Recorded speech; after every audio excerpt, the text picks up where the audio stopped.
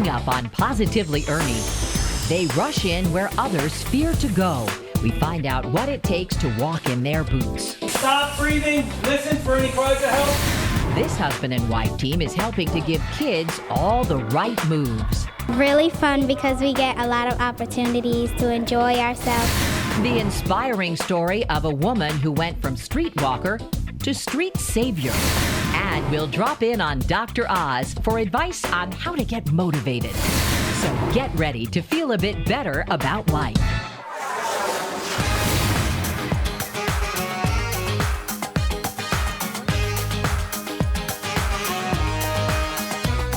Positively Ernie is brought to you this week by the Red Apple Group and Ristidi Supermarkets. Hi everyone, I'm Ernie Anastos, and welcome to the program.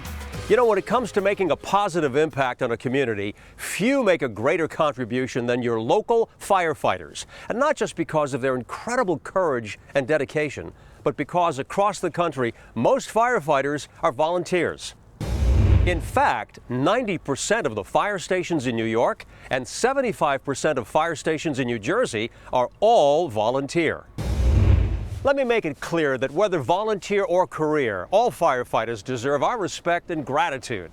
But in this program, we're going to focus on the volunteers. These are men and women who are your next-door neighbors, people who pledge to drop whatever they're doing to rush into harm's way to help us.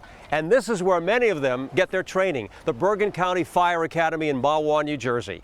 Volunteers are required to undergo rigorous and thorough training, often side by side with career firefighters. All right, guys, make sure you check the door for heat first without your glove on. Good. All right, we got heat, Donnie. They practice how to force entry through a locked metal door. Strike. Strike. Good. Strike. Good. Good. Good. When you force, make sure the door doesn't swing out on you. Good. Quick light scan and then make your way in. Good job, guys. Good. Here, they're reviewing procedures for searching dark, often smoke-filled rooms for unconscious victims. If you see anything, you can let your partners know. Use that tool to sweep the room. Sweep the room. There you go. Check on top of the furniture. Stop breathing. Listen for any cries of help. Any signs of a person trapped. You don't hear anything, go across the center back to the light. Scan your outside arm. Scan your outside arm. Primary search is completed, first floor. No victims found.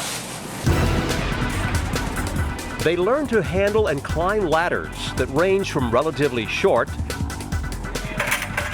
to tall to towering. This aerial ladder can reach up 10 stories. Just mastering how to properly deploy the hose takes hours of practice. And of course, there's knowing how to safely battle the fury of the flames under all types of conditions.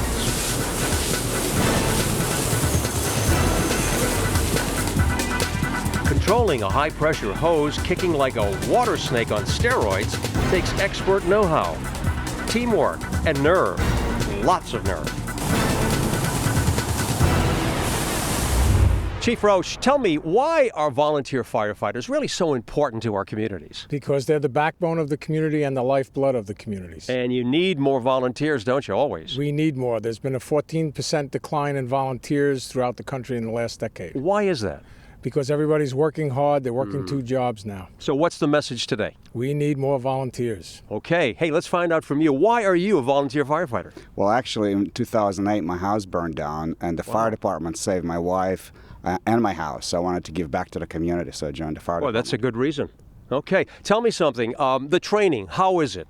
I think it's excellent, and they really do give you a great hands-on training, so this way when you go out in the real world, you know exactly how to handle. What to do. Yeah, that's terrific.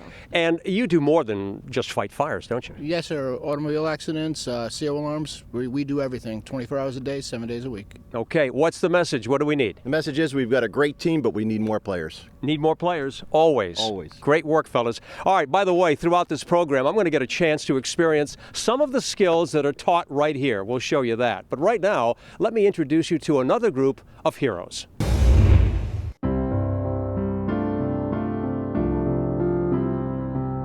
They're called the Achilles Freedom Team of Wounded Veterans, men and women who have sacrificed for our freedom. Staff Sergeant Freddie De Los Santos was serving in Afghanistan when his unit was ambushed. He was hit in the shoulder and then the leg. I was holding my leg. It was hanging there, but it was not attached to me. It was like everything was like in slow motion, kind of like being in a movie. And then when they pulled me out of the truck, that's when that pain hit.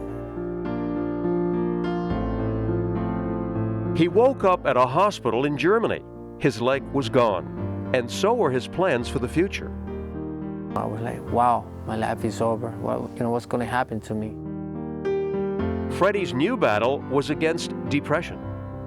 I went to rehab, and that's when Achilles came to the hospital, and they asked me if I wanted to do hand cycling. I was like, are you freaking out of your mind? Hand cycling? Don't you see it? I'm missing a leg. But Achilles didn't give up on Freddie, and he didn't give up on himself. He began training and even entered a marathon. And let me tell you, it was hard. And I made it. It was the best feeling ever. For the first time since I got wounded, I was able to connect myself physically and mentally. Like so many other vets, Freddie feels his military service served a purpose. I'm very proud of what we did, and if I had to do it again, I would do it again. And he's also proud to be part of the Achilles team. They meet the wounded vets, and then they give them the opportunity to participate in these events. If they can do a marathon, if they can do a half marathon, if they can be active through cycling, then everything else is a piece of cake. That is quite a story, isn't it? They are living proof that all you really need to race in a marathon is heart. All right, whether you're a soldier going into battle or a firefighter responding to an emergency, you need the right gear. And this is called turnout gear right here. I'm going to be trying it on, so we'll see you in a couple of minutes. Stay with me. Want to hold that? Okay, let's try this on, guys. All right, Ernie, you're going to step into the boots first. Here we go. All right. Yep. If you're a military veteran interested in becoming a New York City firefighter or police officer, you can take the exam for free. Positively Ernie will return right after this. Hi, I'm John Katzimatidis. And I'm Margot Katzimatidis. Christidis has been a part of New York for 120 years. And it's been part of the Red Apple family for over 30 years. As chairman of the board of Red Apple Group, I want our city to thrive. I grew up here. And we love this city. That's why we're dedicated to helping the next generation of New Yorkers. We truly care about the community we serve. We're proud of our past. But we're even more focused on the future.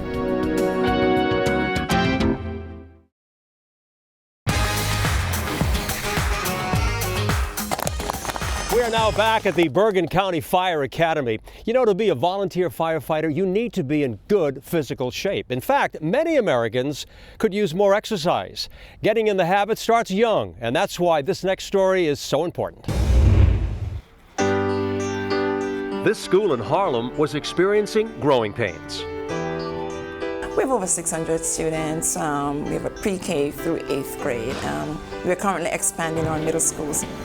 And that put a strain on the facilities. The school lunchroom and gym just couldn't handle all the students. That's where the Police Athletic League, PAL, stepped in with its PEP program. And we had noticed that the health outcomes in this neighborhood were very poor. Children were not getting enough exercise. There was a high rate of obesity, diabetes, and stroke at very young ages. This was something that we felt we had an opportunity to reverse if we could get the children moving more and learning more about nutrition. Fortunately, PAL had a center right across the street, so every day students walk over. First stop, the lunchroom. Very often, our children don't know what is good nutrition. So PAL staff uses lunch as a teachable moment. They're learning in the course of this what is good, healthy food to eat that will fuel their body to help them be fit and help them to be able to exercise. Once they're fueled up, they swing into action. All the activities are designed to keep the kids moving.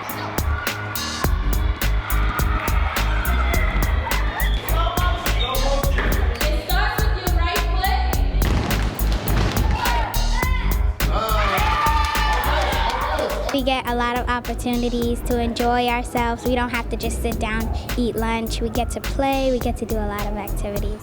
The kids have the enthusiastic support of John and Margot Katzimatidis. Their Red Apple group owns Gristides grocery stores. John has a long connection to this community. I grew up on 135th Street, just a few blocks from here. And I believe in the kids in these neighborhoods, that we have to help them be able to move and move up in the world and give them inspiration and hope that they can do it. John and Margot's support goes beyond the PEP program.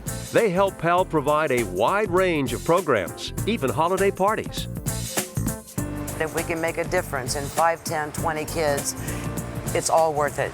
If it were not for corporate partners like Red Apple and John Katzimatidis and Margot, who have been longtime supporters of PAL, we would not be able to provide the kind of programming that we do. And this program is getting results. Physical activity for these students has increased by more than 2 hours a week. They wear pedometers, and they're getting about 34% more steps in the course of a day than they were getting before. And what we're seeing is a change in their cardiovascular fitness, and that's going to be important for their future health.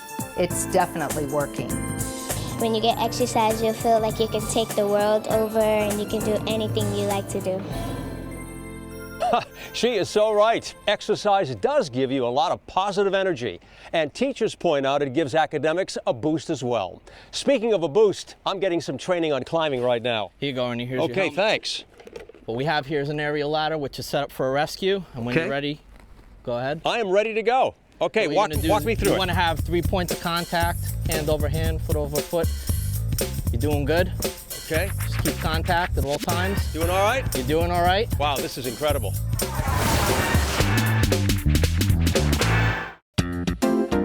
Hello, I'm John Katzimatidis, chairman of New York's Red Apple Group and Gristides. And I'm Margot Katzimatidis. Gristides is a neighborhood supermarket in the city that John and I love very much. We care deeply about our customers and our community. That's why we support so many scholarships and charities involving young people, the future of the city, and programs like Positively Ernie. We're proud to be part of the life of the greatest city on earth.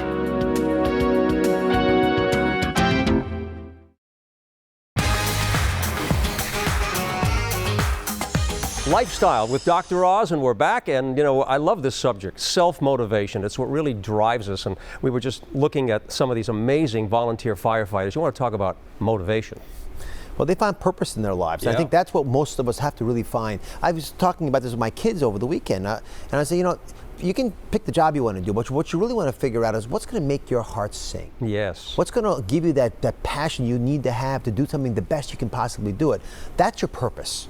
And if you can find that purpose, I know you do this in your own life, Ernie, and everyone who's watching, challenge yourself to this, because once you find that purpose, nothing gets in your way, because you define what your purpose is, and you're the only one who can go after it the way that you should. I know, and think about self-motivation, all the different areas. We're talking about how to take care of yourself, how to lose weight, how to find the right job, the right mate, whatever it is. But it really drives you, as you said, to this passion as to why you're here.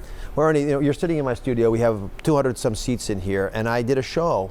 My 100th show, actually. We've done about 600 now, but my 100th show, I had this audience filled with people who each lost 100 pounds. And I asked them all how they did it. I thought I'd get many, many different answers. I got one answer. What was that? Self-esteem. Self-esteem. When I realized I was worth it, I lost the weight. The big challenge you have to ask yourself to really figure out where your passion lies, if someone that you loved dearly was putting in their mouth what you put in your mouth, what would you tell them? Right. And that applies to cigarettes and other mistakes you might be making in your life. If you're worth it, would you do that to yourself? And when you realize that you are worth it, and that people around you care for you deeply, and that there's a deep purpose, therefore, for you being here, all of a sudden, all those obstacles, they disappear. I like that. Self-esteem, very important. What do we have to watch out for? What can keep us from reaching this kind of motivation and doing what we want to do? We get hypercritical of ourselves and the people around us. And we are uniquely capable of doing that as a species. And it comes down to forgiveness. We are all flawed in many different ways. Listen, in fairness, is what makes us so cool. And so when you realize that what makes us beautiful is our flaws, that's okay that we're messed up. Thank goodness we are. It makes it a more enjoyable experience. What a great thought for a Saturday night. People are going out tonight. Good thinking. Self-motivation. Thank you, Dr. Oz. Thank you. See you next week. He dropped out of college. His first business failed. His second business venture did better. His name? Bill Gates.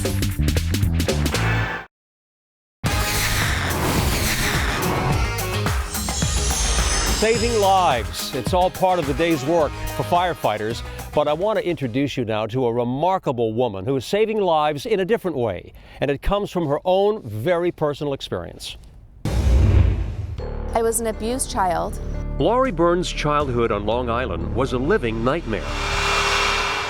I ended up in the foster care system. Eventually, I aged out to homelessness. I became a prostitute working the streets to survive. As she explains in her book, Punished for Purpose, Laurie was able to turn her life around. But she didn't turn her back on her past. Now a successful executive at a major tech company, she started the Teen Project. The Teen Project is a group of caring people who have come together to rescue the kids that are homeless after foster care. There's an urgent need for this. Every year, thousands of teens age out of foster care. Suddenly, they have no support and no place to live. 1 in 4 of them will become homeless. We've got kids sleeping in alleys, we've got kids sleeping in parks. In some cases, they're selling their bodies to survive. So the state I find them in is just devastating. These kids will never get a chance at life if someone doesn't help them. Laurie raised money from private donations to give kids from foster care a safe place to go. Although based in Los Angeles, the Teen Project helps kids all across the country. There's a hotline, 1-888-4-TEEN-HOME. We have a national cell service where you could text the word shelter, space, and your zip code to 99,000, and we'll return a local shelter to your phone within 40 seconds. What an inspirational story. And Laurie proves that even sad beginnings can lead to happier endings. Okay, let me show you freerice.com. It's an easy way to help fight hunger while having some fun at the same time. The homepage gives a vocabulary word and 4 possible answers. Now, every time you answer correctly, 10 grains of rice are donated to the United Nations World Food Program. The words get harder as you go, but don't worry. If you answer incorrectly, the next word is easier. So, come on, let's try a couple. Okay, this is create. It means make, yeah, contain, no, dig, no, hurry. The right one, clearly, make. See, if you click the correct answer, the bowl fills with rice. Underneath is your running total. All right, let's try another one. Microcosm. All right, we're getting a little more difficult. Over-emotionalism, cleanliness, numbskull, miniature world. That sounds correct. There you go. 2 right answers, and I helped donate 20 grains of rice. So you're probably wondering just how much of an impact 10 grains at a time can have. Well, according to the site, more than 96 billion grains of rice have been donated since the program began in 2007. We calculated that that's more than 1,600 tons of rice. All that from people like you and me taking a few minutes every now and then to play. Besides doing some good, you'll also be improving your vocabulary.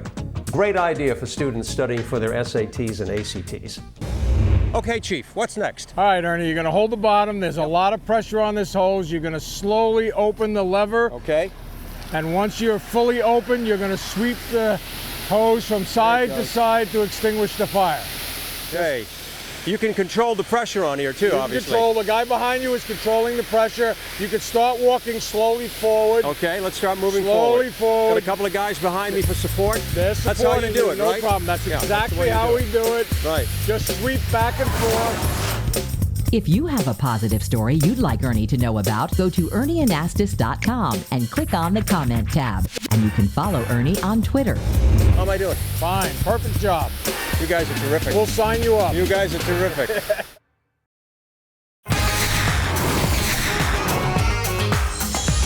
Throughout this program, we have focused on something that's very American, the spirit of volunteerism. And it's not just among the ranks of firefighters. We're a nation of volunteers. We coach our kids' sports teams, lead scout troops, visit the lonely in hospitals and the elderly in nursing homes. From food pantries to blood drives, we're there for our neighbors. In fact, someone figured out that all the unpaid work that Americans do every year amounts to over $170 billion. That's amazing. It's more than the entire national defense budget. But it's not the money that's important. As a great American once said, service to others is the payment that you make for your space here on Earth. That great American, by the way, was Muhammad Ali. So when thinking about what New Year's resolution to make, think about volunteering a bit more. It'll make you feel good while you're doing good. And as you've heard, many communities need more volunteer firefighters. That's it for now. I'm Ernie Anastos. Until the next time, stay positive. So we got the pants up, got the little buckle in the front here. And then we're going to put the coat on. Okay, let's put the coat on. Very good. Hold on, let's make sure we have these on. Okay, terrific. We're going to buckle up there in the front. Okay. This is amazing stuff. Here we go. And put you like you're putting on a diving hat. All right. Oh, yeah. Need a hat, though. Gotta have that hat. Here we go. Pop that on there like this. Turn this, crank it down. This goes underneath. Chief, what do you think? I'm good. Am I ready to go? Ready to go. Let's do it. Positively Ernie was brought to you this week by the Red Apple Group and Bristides Supermarkets.